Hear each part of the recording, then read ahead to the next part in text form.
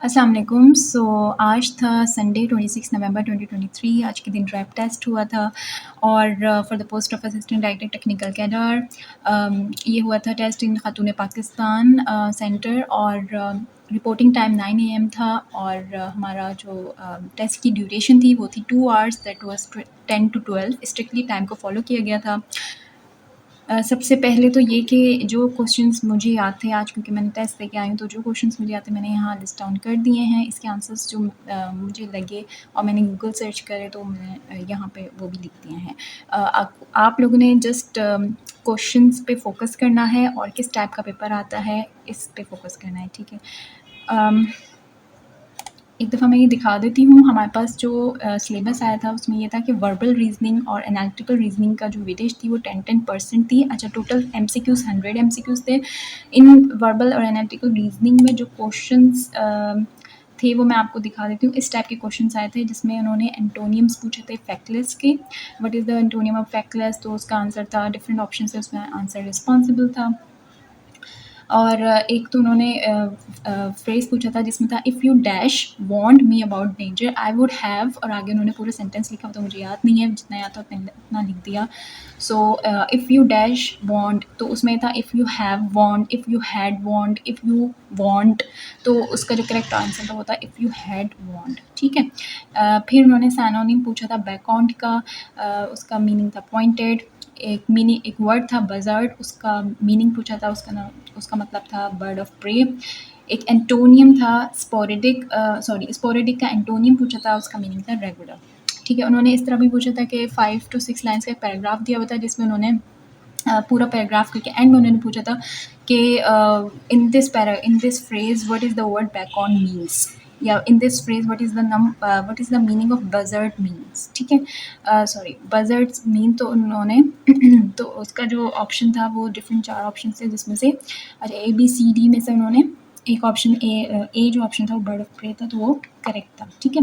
इस तरह के उन्होंने डिफरेंट चीज़ें पूछी थी। वर्बल और एनालिटिकल रीजनिंग्स के लिए यूट्यूब पे डिफरेंट वीडियोस हैं, तो वो आप देख सकते हैं, क्योंकि ये अनसीन आते हैं और इसकी आप जस्ट कॉन्सेप्चुअल तैयारी ही कर सकते हैं, ठीक है। फिर नेक्स्ट पोर्शन हमारा आ जाता है ड्रैप एक्ट, जिसमें सारे ड्रैप्स आ जाते हैं ड्रग के, और 30% की इसकी वेटेज होती है। उसमें से जो क्वेश्चंस आए थे वो मैं आपको बता देती हूँ। जो क्वेश्चन मैं मुझे याद था और मैं लिख पाई वो ये थी कि मैड्रा व्हाट इज़ मैड्रा स्टैंड्स फॉर, तो उसका जो था वो करेक्ट ऑप्शन था medical dictionary for regulatory activities. What is word NCP means stands for, तो उसका आई थिंक यही था, non commercial pharmacy.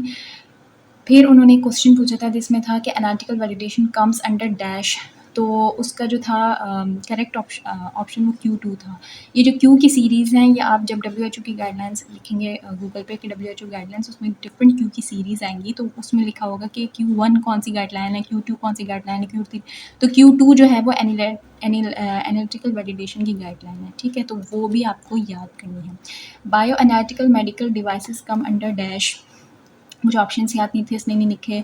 Narcotic drug की डेफिनेशन पूछी थी, मास्टर फार्मूले का पर्पस पूछा था, application for renewal made in which form number 1 2 3 4 कौन सा था, उसके ऑप्शंस इस तरह थे। ये पूछा था कि सुपर एनुएशन ऑफ CEO की कितनी एज होती है। आई थिंक इसके ये ऑप्शंस थे कि 60 ईयर्स, 65, 62, कुछ इस तरह के ऑप्शंस थे। उसमें उन्होंने CEO की एज पूछी हुई थी। फिर appellate board hire expert for dash, quality assurance का क्या पर्पस है पूछा था।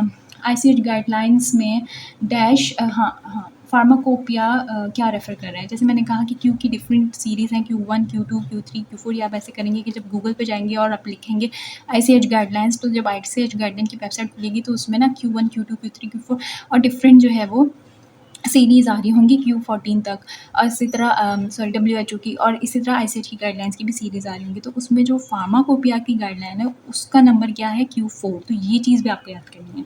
ईजी अगर याद कर लेंगे तो इससे काफ़ी 2-3 क्वेश्चन तो इसी से आ गए थे। काउंटरफिट मेडिसिन जब इम्पोर्ट एक्सपोर्ट होती हैं तो कितने साल की प्रिजन होता है, 7 ईयर्स, या ड्रैप एक्ट में था आई थिंक, पेनल्टीज़ की हेडिंग में था ये वाला, ठीक है। और पैरासीटामोल टॉक्सिसिटी जब हो जाती है तो उसका एंटीडोट क्या है, तो उसका एंटीडोट एसिटाइलसिस्टीन है। According to DRAP compound drugs जो होती हैं should be registered with their dash names. तो ऑप्शन है डिफरेंट ABCD, जिसमें एक जेनरिक था, जेनरिक नेम में होती है, प्रॉपर्टी नेम में होती है, या किसी और दो ऑप्शन और थे। तो इसका जो करेक्ट आंसर था वो लिखना था, ठीक है। और बेसिकली सर्कल करना था बॉल पॉइंट से, ब्लू बॉल पॉइंट से या ब्लैक से। तो अच्छा, when licence is near to expiry at how much time you can reapply. Different इसमें ऑप्शन थे 2 मंथ्स में, 3 मंथ्स में, 4 मंथ्स में या 6 मंथ्स में।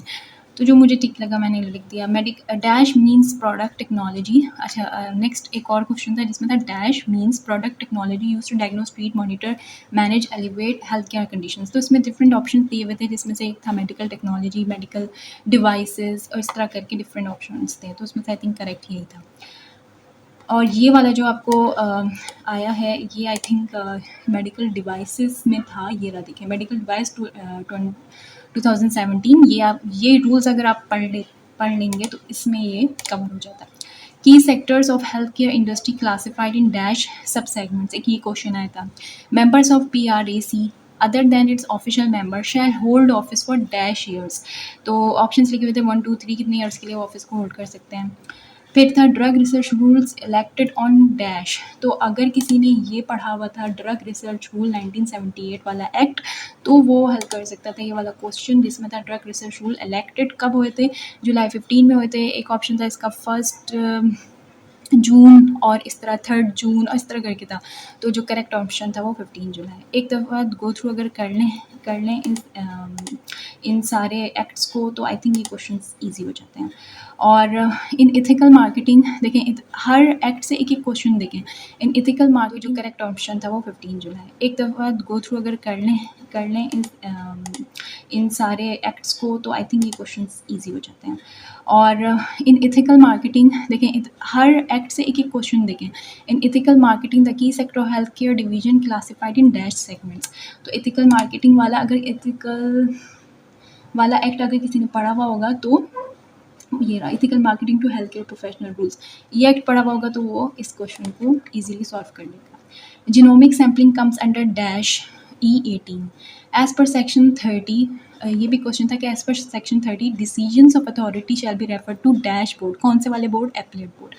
तो इस तरह करके जो है ना, ये सारे क्वेश्चंस आते हैं। तो मैंने बहुत कम बताया, और भी क्वेश्चंस होंगे जो 30% वेटेज को कवर कर रहे हैं। अब आगे सब्जेक्ट रिलेटेड जो 50% पोर्शन को कवर कर रहे हैं, जिसमें से एक था कि लॉन्ग टर्म मेडिकेशन बताएं फॉर गाउट की, जिसमें डिफरेंट ऑप्शंस थे। करेक्ट ऑप्शन वाला एलोप्रिनॉल।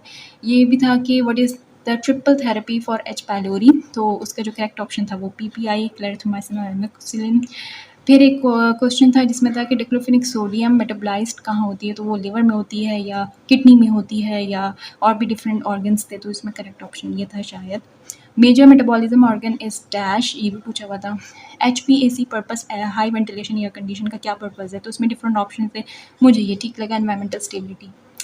सेफेडीन is available in which form. तो उसमें डिफरेंट ऑप्शन थे, एनाइड्रस लिक्विड में है, एनाइड्रस सॉलिड में है, किसमें। तो इस तरह जो है ना वो सारे ऑप्शंस थे। Which anti malaria drug do not use in pregnancy due to its long life and teratogenic. एक ये क्वेश्चन था जिसका करेक्ट आंसर था प्रेमाक्विन। एक क्वेश्चन था which dose is shake before use, suspension. देखिए ईजी था। विच डोजेज इज उसमें लेबल्ड होता है कि शेक बिफोर यूज़, तो वो हम सबको पता है कि उसमें डिफरेंट ऑप्शंस थे, सोल्यूशन, सस्पेंशन। तो उसका जो करेक्ट ऑप्शन था वो सस्पेंशन था। फिर पूछा था कि high toxic drugs labelled, high toxic drug पे किस तरह की लेबलिंग हुई होती है, तो उसमें डिफरेंट ऑप्शंस थे। जो करेक्ट ऑप्शन था वो था ब्लैक बॉक्स वार्निंग। फिर पूछा था particle size does not effect dash, तो उसमें डिफरेंट ऑप्शन थे, एब्जॉर्प्शन भी था और भी ऑप्शंस थे। एक ये भी क्वेश्चन था कि mechanism of action of anti epileptic drugs are dash. तो जिसको एंटी एपिलेप्टिक ड्रग का मैकेनिज्म ऑफ एक्शन आता होगा तो वो ईजीली इस ऑप्शन को टिक कर सकता है, सर्कल कर सकता है। फिर ये बहुत इजी था कि एसिड स्टैंड्स फॉर, लेकिन उन्होंने डिफरेंट ऑप्शन थे। इंटरनेशनल काउंसिल फॉर हार्मोनाइजेशन, एक ऑप्शन था इंटरनेशनल कमेटी ऑन हार्मोनाइजेशन। तो उन दो में भी कंफ्यूजन हो रही थी, लेकिन जिसको ICH की पता हो कि एब्रीविएशन, आई थिंक वो इजीली सॉल्व कर सकता है। GMP stands for good manufacturing practices, ये भी क्वेश्चन था। एक क्वेश्चन था liposome covered by polyethylene glycol to increase dash, ठीक है। एक क्वेश्चन था बायोलिटी की डेफिनेशन थी 3-4, तो जिसको वायबिलिटी की डेफिनेशन पता होगी वो इजीली सॉल्व कर सकता है। तो कोई इसमें इतनी वो नहीं थी, मसले की बात नहीं थी। अल्टरनेट ऑफ लाल टेस्ट क्या है? तो ये भी डिफरेंट ऑप्शन थे। जेल टेस्ट भी एक ऑप्शन था उसमें, तो आई थिंक यही इसका करेक्ट ऑप्शन था। एक क्वेश्चन था नॉर्मल और fast cell division causes which mutation, और एक और क्वेश्चन था call calciferols in inactive form when metabolised, तो वो किस फॉर्म में चेंज हो जाता है। तो अगर इसकी किसी कन्वर्जन, कॉल कैल्सिफेरॉल की कन्वर्जन या मेटाबॉलिज्म पता होगी किसी को, तो वो इसको भी सॉल्व कर लेगा। तो इस टाइप के सारे क्वेश्चंस थे जो मुझे याद था, मैंने यहाँ लिस्ट डाउन कर लिए हैं। इस साल के जो ड्रैप टेस्ट में क्वेश्चंस आए वो ये हैं, और आई थिंक अगर किसी ने तैयारी की होगी इन सब को से रिलेटेड, और बहुत जनरल क्वेश्चंस थे, एज सच कोई इतने स्पेसिफिक नहीं थे, कोई एंटीबायोटिक की कोई क्लासिफिकेशन नहीं पूछी थी इस तरह, तो वो इजीली सॉल्व कर सकता है। Thank you so much.